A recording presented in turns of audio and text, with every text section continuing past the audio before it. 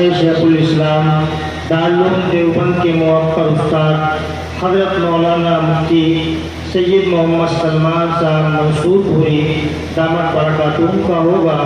آپ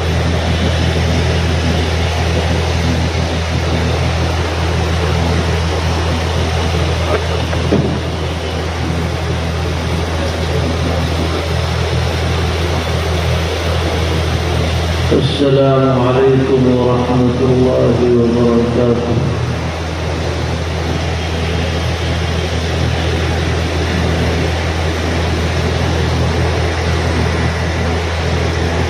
الحمد للہ رب العالمین.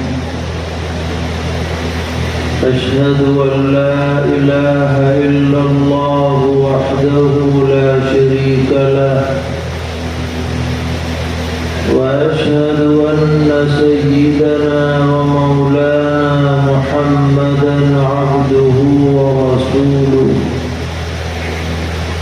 صلى الله تبارك وتعالى عليه وعلى آله وأصحابه وذرياته أجمعين. أما بعد فأعوذ بالله من الشيطان الرجيم. بسم الله الرحمن الرحيم. يا أيها الذين آمنوا اتقوا الله حق تقاته ولا تموتن إلا وأنتم مسلمون. صدق اللہ مولانا العلی العظیم.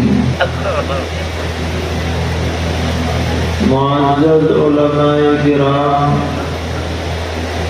طلبہ عزیز اور دور اور قریب سے تشریف لانے والے فرزندان توحید، آپ کا یہ مدرسہ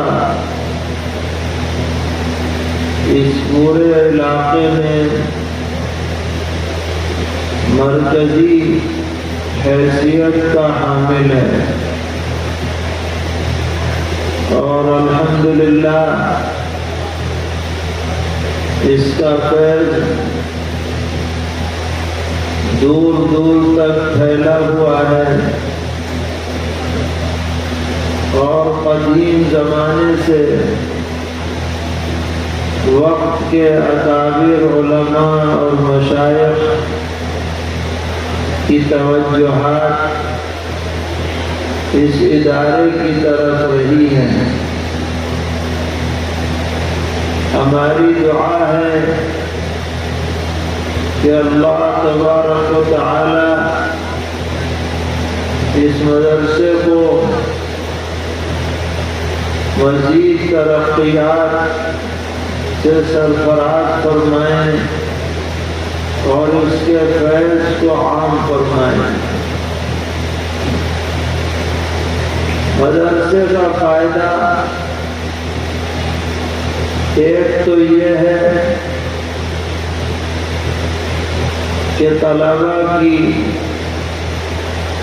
تعلیم اور تربیت کا انتظام ہوتا ہے. جو طلباء یہاں پڑھتے ہیں اساتذہ کرام ان کی دن رات نگرانی فرماتے ہیں اور ان کو ایک اچھا انسان اور اچھا مسلمان بنانے کی کوشش کرتے ہیں. اس اعتبار سے یہ مدارس ایمان کی فیکٹریاں ہیں. یہاں کے ماحول میں وقت گزارنے والے اپنے دلوں کے اندر ایمانی کیفیات پیدا کرتے ہیں. یہ بہت بڑا فائدہ ہے. اور ایک فائدہ یہ ہے کہ اس مدرسے کی جو سالانہ تقریبات ہوتی ہیں ان میں آپ کو دعوت دی جاتی ہے اور دین کی باتیں سنائی جاتی ہیں۔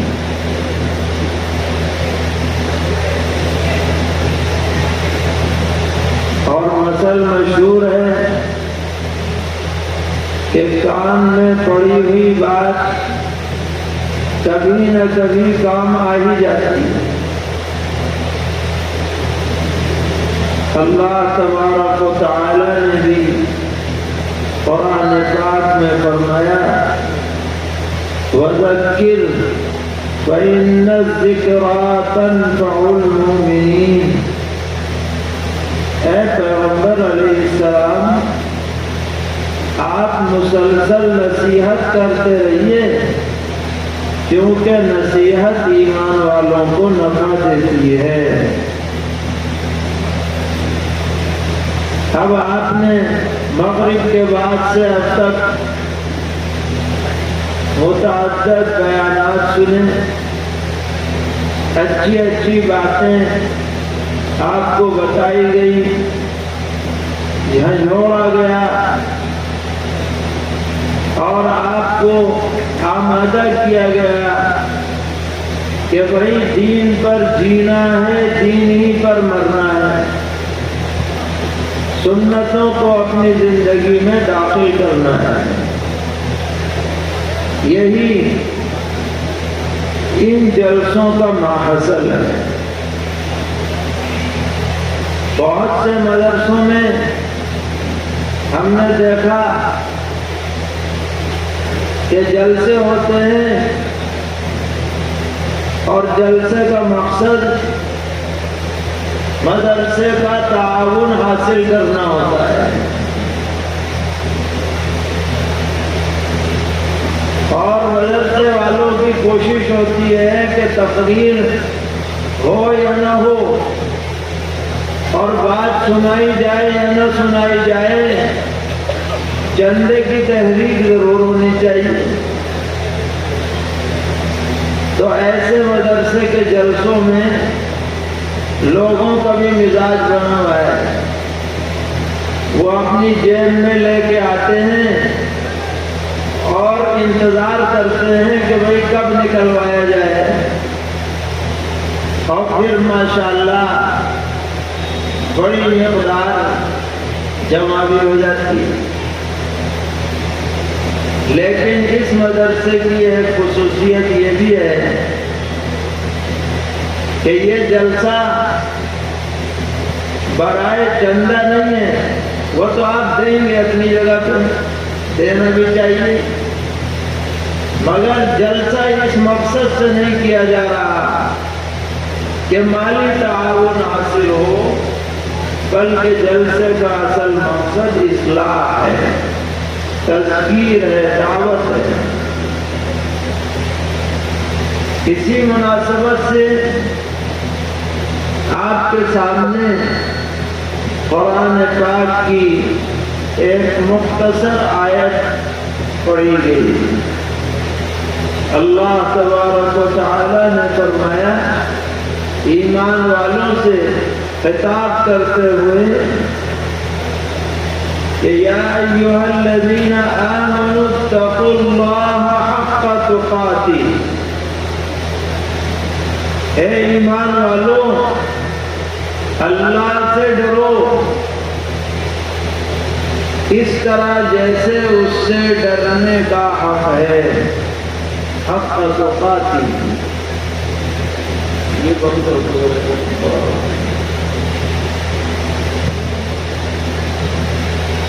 ڈرنے کا جو حق ہے اللہ تعالی سے، اس کو پیش نظر رکھو، ویسے ڈرو۔ اس لیے کہ دنیا کے اندر یہ دیکھا جاتا ہے کہ جس کے پاس پاور زیادہ ہے اس کا ڈر آدمی کے دل میں زیادہ محسوس کیا جاتا ہے۔ مثلا کوئی سپاہی ہے جس کے پاس صرف ایک چھوٹی سی چھڑی ہے، اس کا ڈر کم ہے، اور اگر کوئی ایسا سپاہی ہے جس کے ہاتھ میں رائفل ہے یا پستول ہے، اس کا ڈر اس سے زیادہ ہے۔ تو جس کے پاس پاور زیادہ ہے اس کا ڈر بھی زیادہ ہوتا ہے۔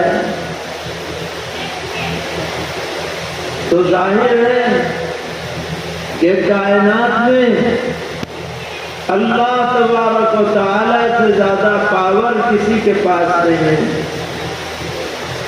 جب وہ سب سے زیادہ پاورفل ہے تو وہی اس لائق ہے کہ اس سے سب سے زیادہ ڈرا جائے۔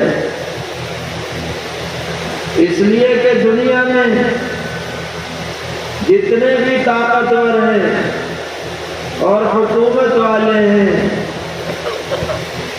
اگر وہ کسی کے خلاف گرفتاری کا وارنٹ جاری کر دیں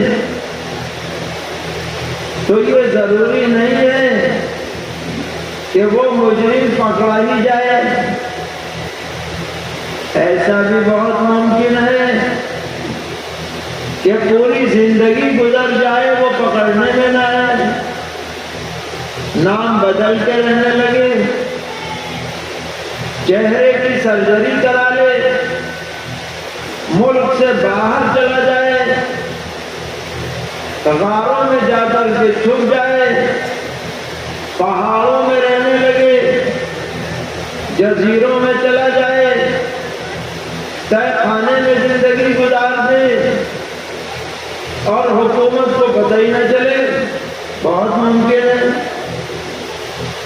لیکن یاد رکھیے گا، اور ہر ایک کو یاد رکھنا چاہیے اور ہر حالت میں یاد رکھنا چاہیے کہ اللہ تبارک و تعالی جس کو پکڑنا چاہیں اور اللہ تعالی جس کے خلاف وارنٹ جاری فرما دے اور اللہ تبارک و تعالی جس مجرم کو سزا دینا چاہے، ناممکن ہے کہ وہ مجرم اللہ کی پکڑ سے بچ جائے، بچ نہیں سکتا۔ کہیں بھی چلا جائے، اجالے میں رہے، اندھیرے میں رہے، جنگلوں میں رہے، آبادیوں میں رہے، جزیروں میں رہے، پہاڑوں میں رہے یا غاروں میں رہے، کسی کی نظر میں آئے یا نہ آئے مگر اللہ کی نظر میں وہ ضرور ہے۔ اللہ تبارک و تعالی نے قرآن پاک میں فرمایا وَمَا أَنْتُمْ بِمُعْجِزِينَ فِي الْأَرْضِ وَلَا فِي السَّمَاءِ وَمَا لَكُمْ مِنْ دُونِ اللَّهِ مِنْ وَلِيٍّ وَلَا نَصِيرٍ۔ زمین آسمان کہیں بھی بھاگ کر تم اللہ کو تھکا نہیں سکتے، اور اللہ کے علاوہ تمہارا نہ کوئی مددگار ہے نہ کوئی حمایتی ہے۔ دنیا میں ایسا بھی تو ہوتا ہے نا، کوئی پکڑا جائے تو حمایتی پہنچ جاتے ہیں، چھوڑاؤ سے سفارشیں لگانے لگتے ہیں۔ اللہ تعالیٰ فرما رہے ہیں کچھ نہیں چلنے والا، ہم جسے پکڑنا چاہیں گے وہ پکڑ ہی جائے گا۔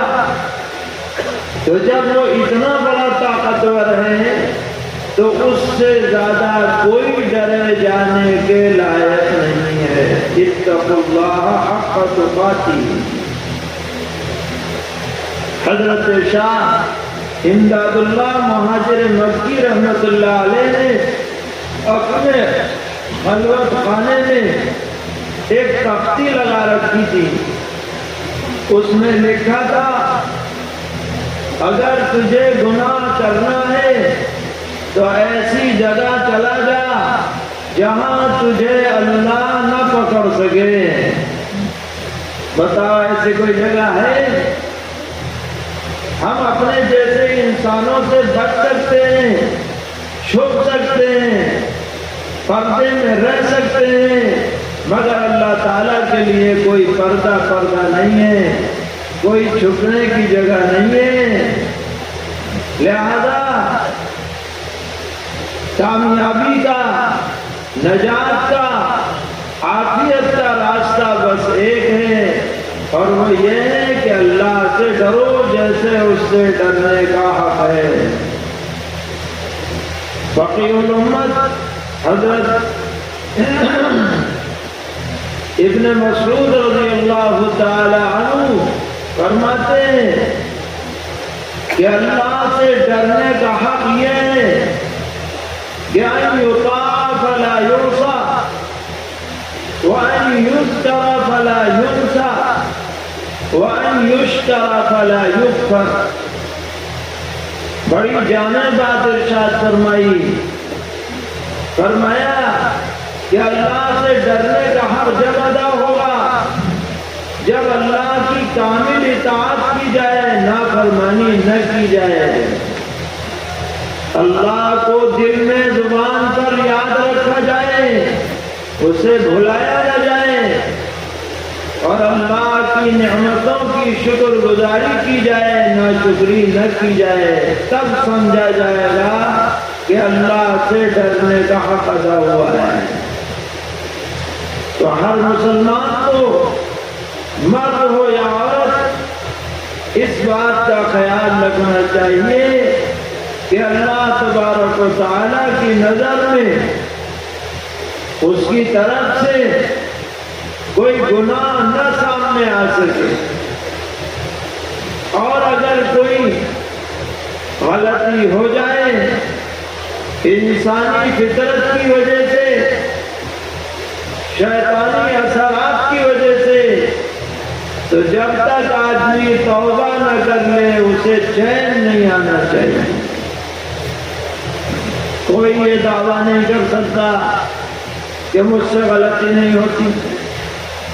جو یہ دعویٰ کرے کہ میں بالکل غلطی سے پاک ہوں، وہ سب سے زیادہ غلطی میں ہے۔